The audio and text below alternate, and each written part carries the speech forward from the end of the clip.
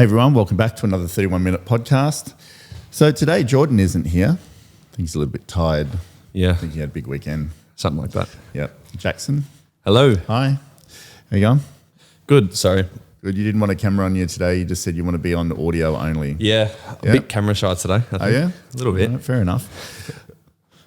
Today I'm going to talk about, do you feel like it? And like I think also, Jack, I want to get some guests on, but I have to say it's a real hassle. Yeah. Yeah, because and I don't mean hassle in like wouldn't do it. Like sometimes you got to go to Sydney, sometimes you're over in another state, you can't really do Zooms. I don't like the Zoom podcasts. You're a very particular kind of person, so I feel like you need to gel with that person. I do a little bit. Yeah. I got to feel like a bit of there's a reason for it. Like I know some podcast shows, they have like guest after guest. I mean, Joe Rogan's the best in the world. But I don't think we can get Elon Musk here. I don't think so either, no. But I do have an idea for an amazing podcast soon. I messaged him the other day. He wrote back and said yes. And then I reckon it'll be all time. Okay, awesome. In Australia anyway. Is it private? You can't tell people yet? Or? Yeah, I don't want to tell people. Okay. So it will happen soon. Cool. And then like I wouldn't mind if there's people that you think of and you want to recommend to get on. Not you, because yours would just be like, what, druggies or something? You're the local junkie down the road. That'd actually be quite interesting. It would be interesting, yeah. I'd you know what I really want to? I'd love to interview a homeless person.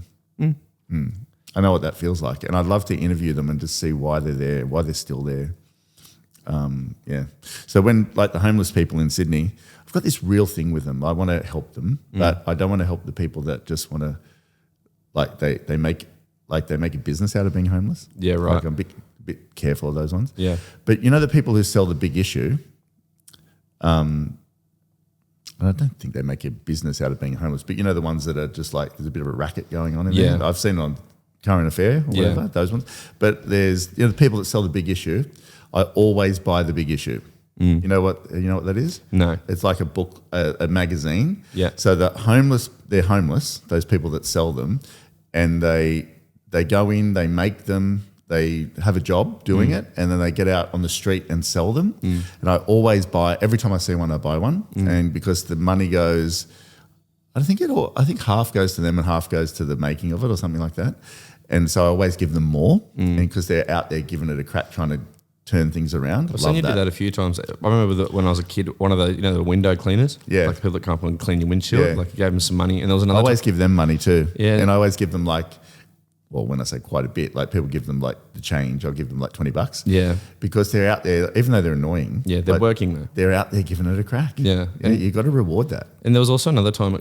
I think it was Coles here. There was a guy, the shop assistant lady was accusing him of stealing in front, and she was like making him go through his bag, and you just paid for his stuff. And he was so thankful. I just remember his eyes, his face. Embarrassing for him. Like it was like the lady was being so horrible. Super horrible. I don't think he had the money, and he wanted to get the thing. So, but it's because you come from that.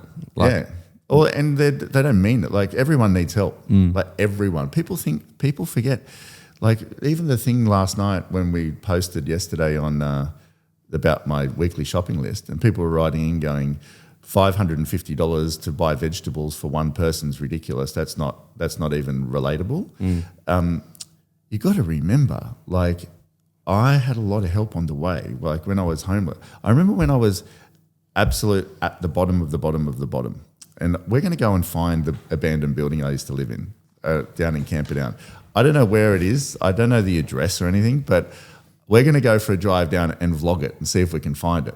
But I used to crawl in a broken window every day, and I used to sleep in there, had nothing in there. So I used to sleep on the floorboards, and it was attached to a workshop, and it was abandoned for some reason.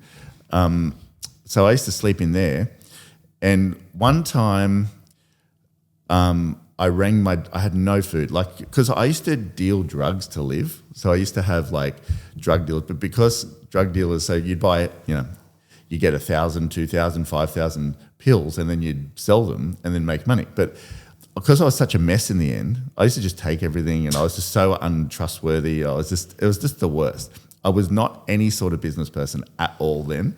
And so everything, no one would give me anything anymore because I would just either not pay or just eat everything or just, I was a mess. And so I had no income, no ID, no help, no friends, no nothing.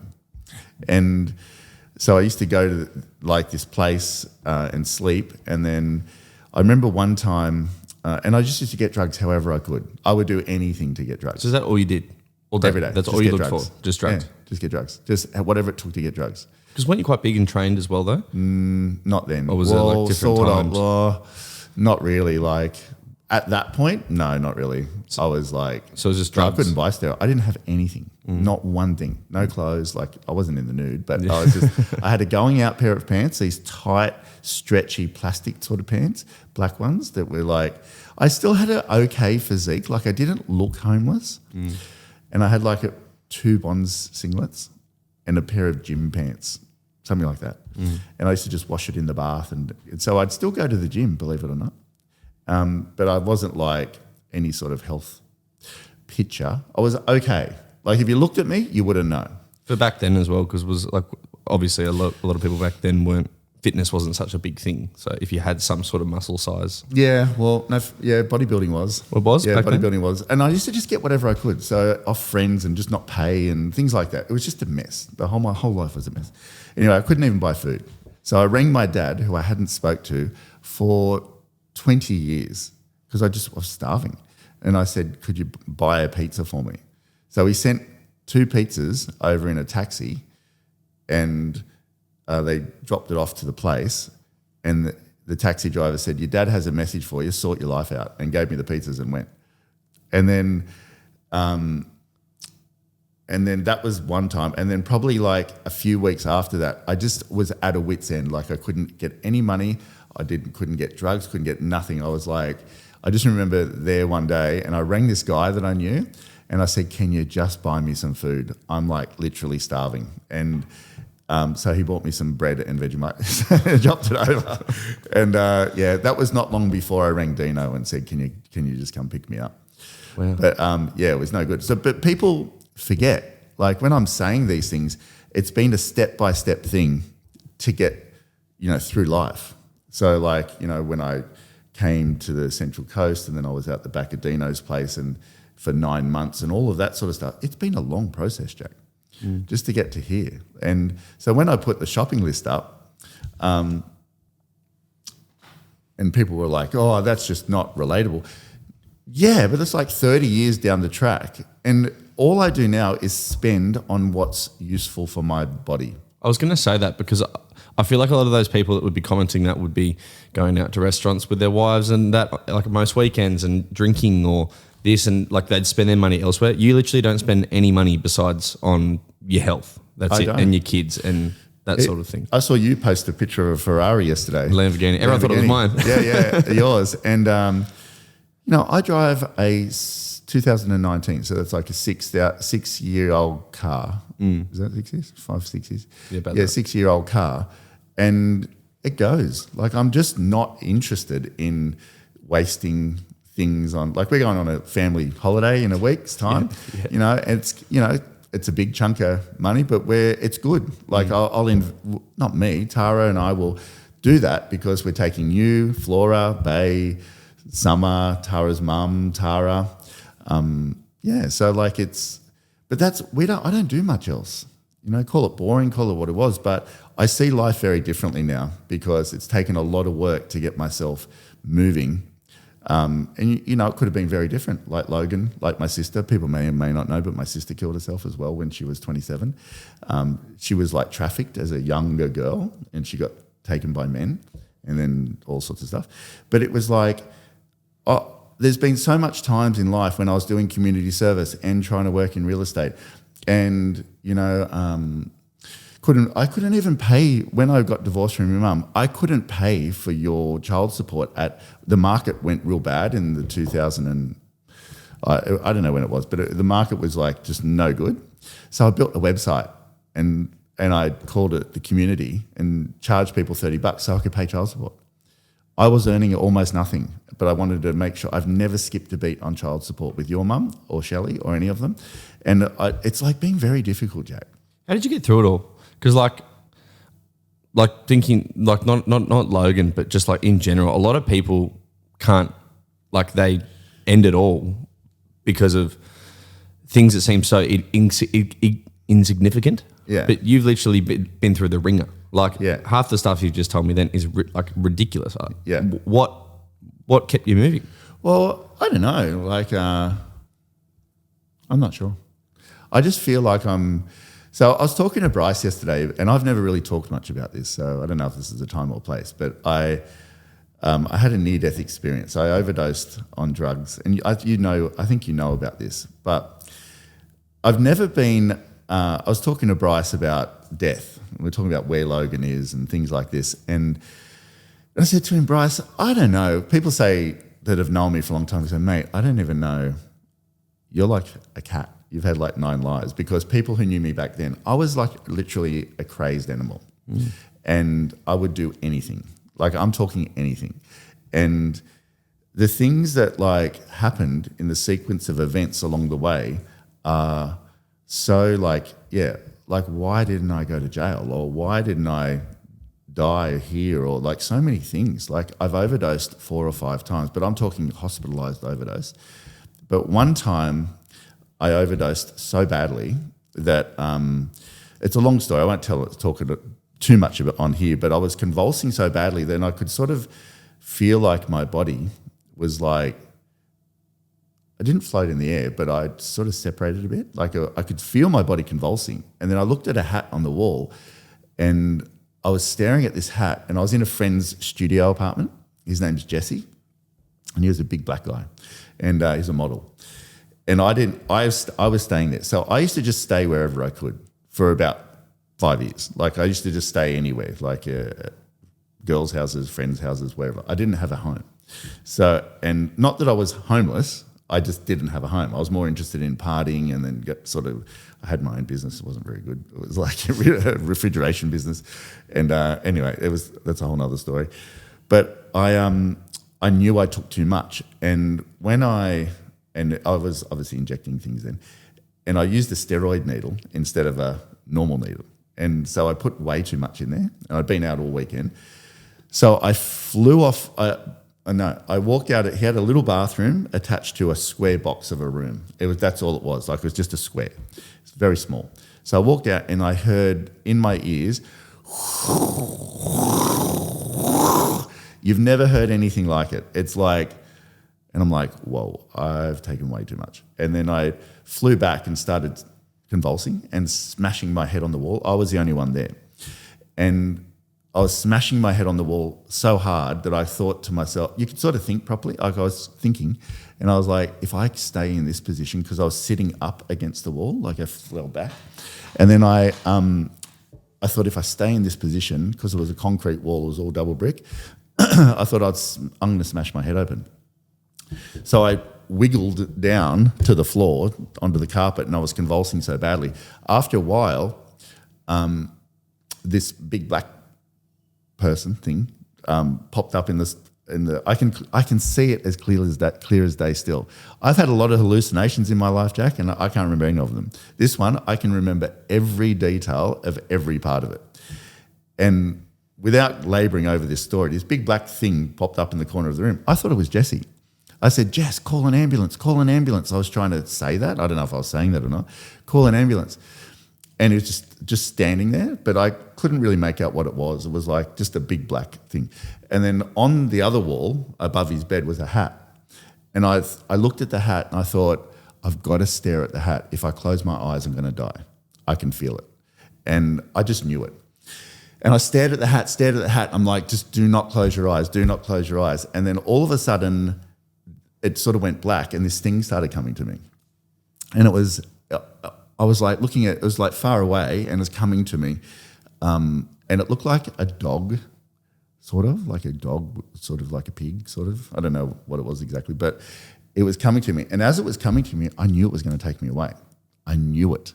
And I'm there, and I'm like, but I was talking to it like this in my head. Like I was like, I'm not going with you. But it wasn't words. It was like, and it came closer and closer and closer. and I can draw the thing. I'm not a good drawer, but I could draw it exactly how it was. This is 30 years ago, Jack. Like I can draw it I can see it exactly coming to me. And then as it got right to me, I went like this, and it turned around and went. And then halfway from where it came from to back, it turned around and looked at me, and then there was one more like big, and then it went. And then I woke up and I was like on the ground and still convulsing, and I burst into tears. And then I stood on the wall, like I got myself up, and I was still shaking a lot, because when you inject too much cocaine, you shake sometimes. But don't try it, Jack. And then, but then I started to tremble again on the wall. So I was in my undies and I stood on the wall, and I started to, like, the convulsions started coming back like this.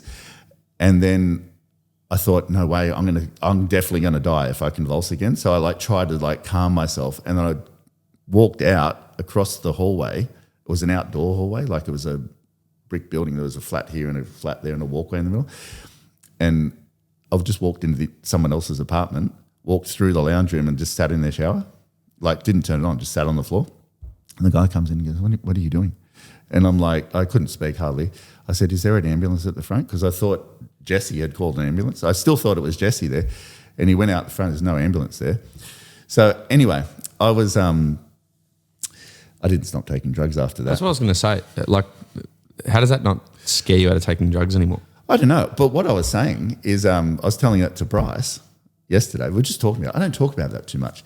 And he said, have you seen this thing? And I was like, no. And it was called Amibus or something. And Anubis. Amubis. Anubis. Yeah. Yeah, it's a Egyptian, some sort of god, I think. Yeah, Anubis. That's what it looks like. Same thing. That was the thing.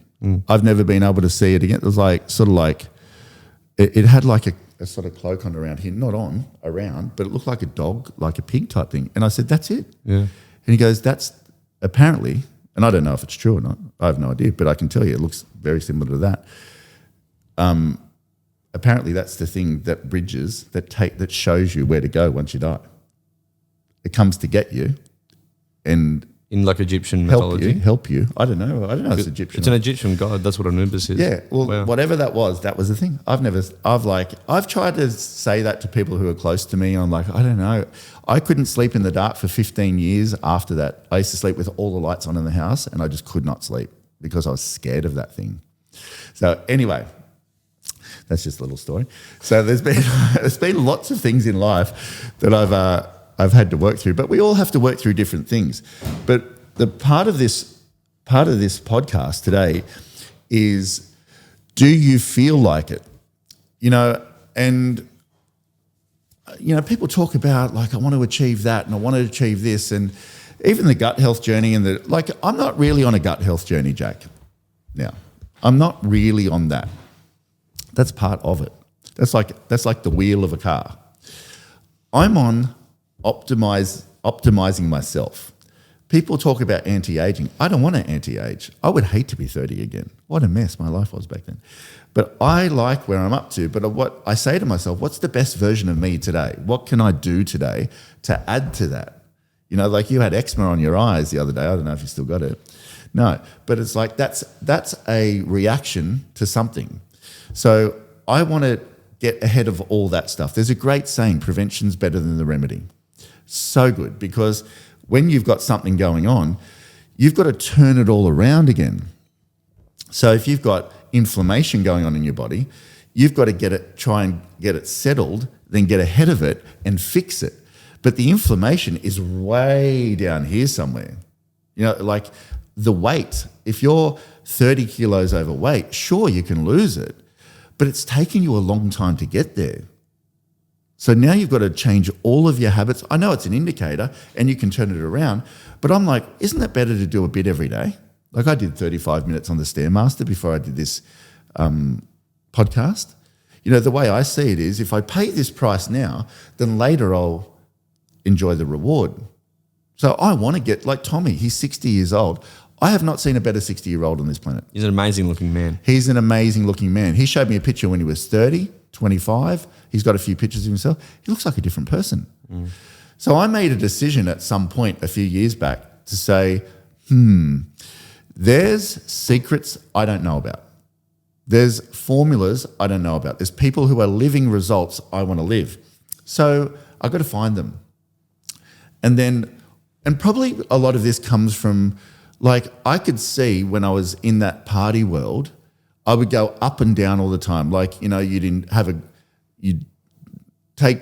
great day and then terrible days. And then it's just always like a roller coaster, emotionally moving from a crisis to another crisis and a drama to another drama. I don't want dramas. You're going to get some. But when you're really in this higher state of flow, you get less dramas. And when you do, you see them differently. You almost see them as an opportunity to springboard rather than an absorption period that's going to, you know, distract you for days on end trying to work through it.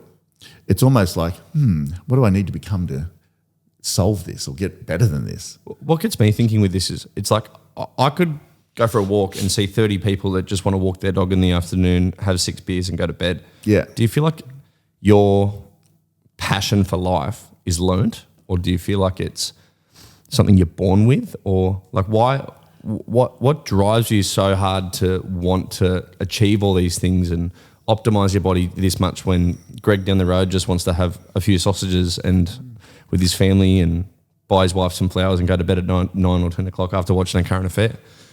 Do you feel that's a good question. Well, I'm just not sure if it's learnt or what the go is there. I just got a hunger to work out why I'm here.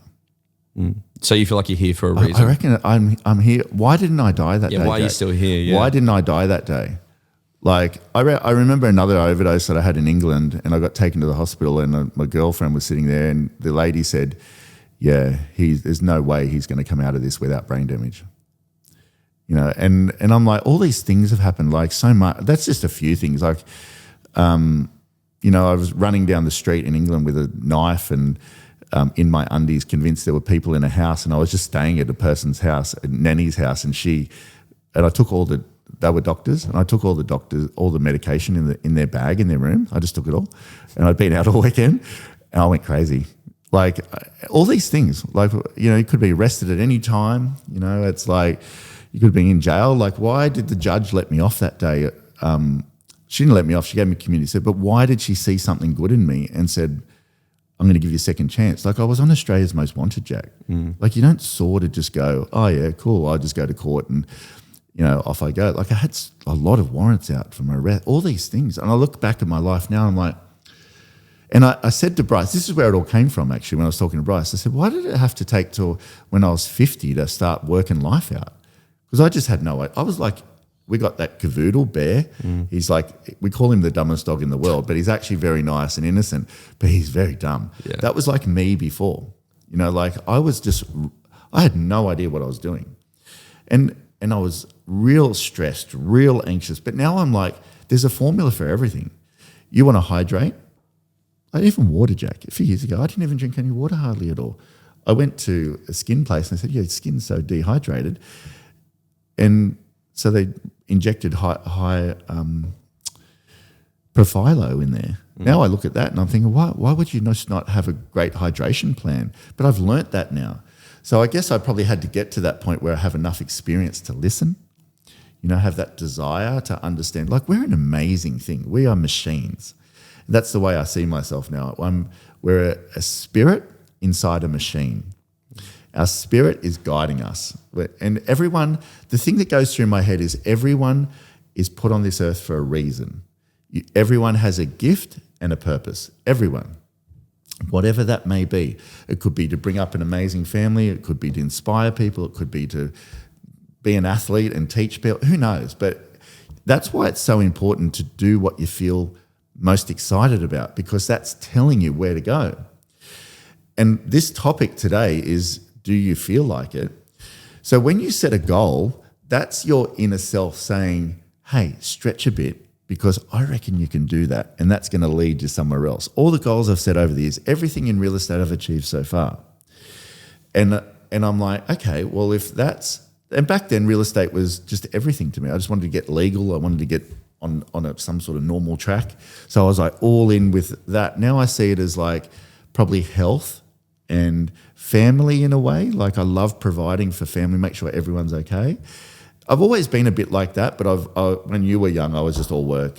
And I still am a little bit. I still work a lot. I just feel like you're kind of all in with anything. Like no matter what it is, whether what is most exciting to you at that time right now, it's like building the best life possible. Yeah. That's probably why you became a drug addict that was going manic. That's why you became so successful in real estate, because when you kind of choose something, you go all in with everything. I know it sounds weird, but I've never been diagnosed with ADD, and I think everyone has some sort of... Everyone's got something. Everyone has something, like you can call it anything. But when I used to take speed, that was my drug of choice, mostly. I took cocaine a lot, but I couldn't afford it all the time. Yeah. I used to think it actually helped me. It's like it made me smarter. I don't know. If you took Ritalin, you'd probably... calm me down or something. Yeah. So anyway, I didn't mind it. But when you have a target, you're only going to run on in enthusiasm for so long. So now I'm like, I don't really want more things in life, but I just enjoy pushing myself. I love it. Like I love, all right, well, what's optimum health actually look like? So if Tommy's 60 years old and literally looks like the best version of anyone on the planet that I've seen at that age, and that's true, I want to do that. So instead of, people write critical things, like sometimes on this thing, oh, that's meat, or that's veggies and all this sort of stuff, like that's ridiculous. You're not in line with the common man. I see people's success or what they're doing, if I'm interested in it, as inspiration. So I'm like, okay, Mark Burris has a couple of 100,000 followers, great profile. I'm like, I'm interested in that. Like, how did he get there? I know how he got there. Like, I understand what he's done in life, and I've followed his journey. John McGrath, amazing man, changed my life, fantastic. But I look at his successes and I take some inspiration. Tommy, I take some inspiration. I'm on the phone to Tommy at least twice to 10 times a day. I'm jealous. All the time. The best. Yeah. And I say, Tommy, what's your thoughts on this? I rang him last night about something. Oh, Summer, she has a little bit of her temperature was lower. I said, Tommy, what's your thoughts on this? And he's like, put magnesium here, do this. And she had a great night's sleep last night. Like there's secrets for everything. Not even secrets. There's clues for everything. You just got to follow the people that have been there. I feel like people are bitter. Like, because you could easily just be like, oh, that Tommy guy, oh, that skin is so great, and this and that. And Mark Boris, hundreds of thousands of followers. Why does he get that? I think it's how you look at things. Yeah. You've said it before on plenty of podcasts. You got to cheer people on rather than being like, what's the word? Like critical. Tall poppy syndrome. And like, I really try hard not to do that. Like when you put a thing up of a Lamborghini, so you drove my mate's, so Zach, he let you drive his Lamborghini the other day. Yeah. And now you've put a picture up of Lamborghini. Inspiration. That's the last thing I'd want to buy. I say to Zach, Zach's got two of them. I said, it's actually very uncomfortable. Zach, I said, Zach, why do you buy two of them? Like, but that's his thing. Yeah. We joke about it, but he wakes up and he loves driving it. Fantastic. Awesome. Not for me, but I look at him. He's a very successful guy that's worked hard, built up from nothing. And I'm like, that's amazing that he's chasing those goals. So I think every day I see it as a chance to step ahead. That's how I see this. And the results aren't there. Like the Stairmaster this morning, whether I did it or not, it makes no difference. But in 3 months it does. What if you feel like you go into a slump though? Because I find myself... That's exactly what I want to talk about. Well, like even yesterday, yesterday. No, the day before. I didn't train. I just didn't go to the gym. I had no motivation to do anything. My eyes were burning from looking at the computer. I felt crap. I didn't want to sleep. If I'm honest with you, I just wanted to go to the pub and put money in the pokies and drink beer. I didn't do any of that. I just went to bed. But like, I find it hard to get out of those slumps when you fall real hard. That's why I'm so surprised about your past, how you're still here. So there's two ways to look at it. And this is Jackson. That's a great question. It's exactly what I want to talk about today. When you set a goal in life, nowhere it says, provided you feel like it. I'll do it, provided I feel like it. Nowhere. How do you feel when you set a goal at the start? Excited. So now your job is to stay focused on that goal and do what's required. Nowhere does it say only on the days you want to. And the real question is how much you want it. That's the real question.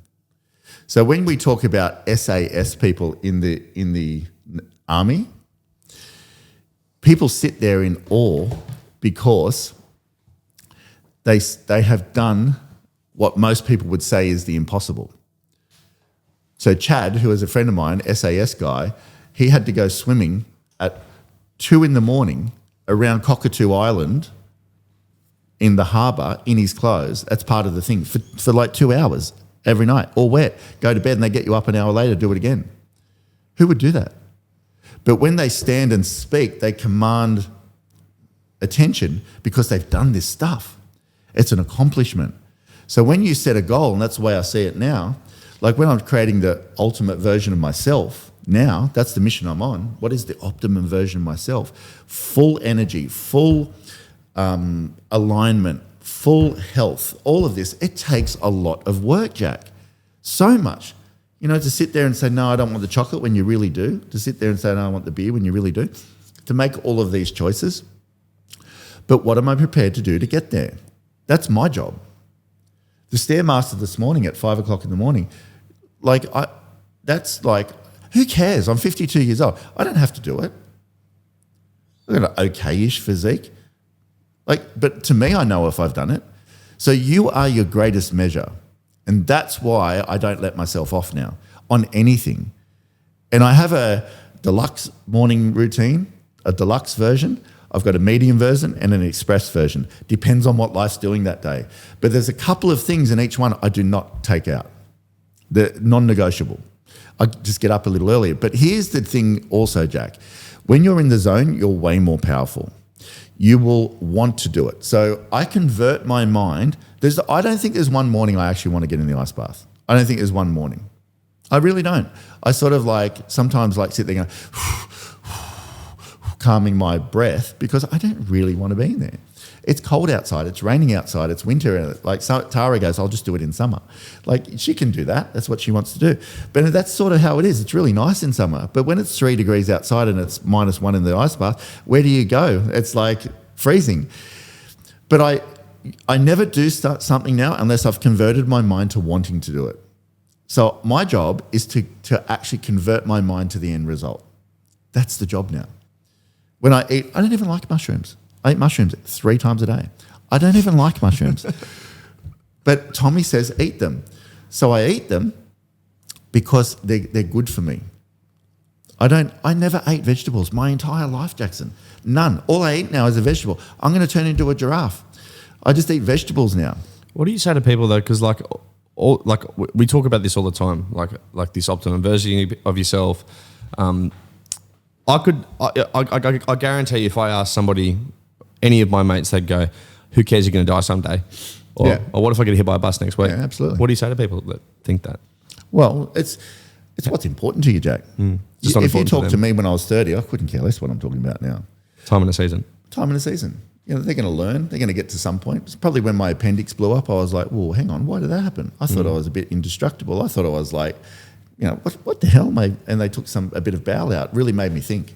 I'm like, okay, we're in a machine. That's what I'm like, how the machine operates is really up to me. I'm driving it. So spiritually is one thing and physically is another. So I want to stay spiritually in tune and physically in tune. So this is where the feeling things, nowhere that you set a target or life, it says depends on how you feel. However, when you feel good, you're in the zone. That comes at a cost. If I want to be in the zone every day, sleep, morning routine, food, work, people, I say no to a lot of things. A lot. People think I'm a bit rude. But I'm not. I'm protective of my energy space because I don't want to waste time. I don't want to be around energy vampires. I just don't. And time is so valuable. So I just see life in days now. As a day. Today is the day. Today is 7:40 in the morning right now. And after this, I've got a mind summer. Tara's got to go get her shoulder worked on. Then I've got the day and then it clicks away. So what I'm going to do with the day? Tomorrow is irrelevant. A week's time doesn't matter. A month's time doesn't matter. But what does matter is who was I today and tomorrow and then the next day and then the next day because I'm going to meet myself in a month's time. And who I am then, it will matter what I did today. That's why I won't put anything in my mouth that's not Tommy approved, not Mick approved, none of that. You know, the pods and all this sort of stuff. It's like an investment in my future self. And that's what I want to do now. I want to get to 60. I'm using Tommy as inspiration. I'm like, I want to, and also Mick runs his inner self is so tuned in. So I talk to these guys all the time.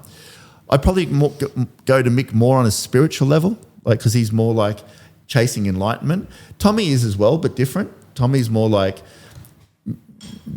nutrition sort of thing. Mick's more about like microbiome function, and Tommy's more like overall function. They're slightly a bit different, but work amazing together.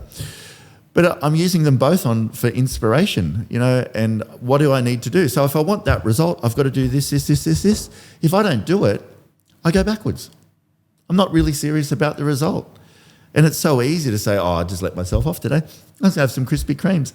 I deserve it. Not really. Why would I deserve that? What, deserve to feel like rubbish 5 minutes after?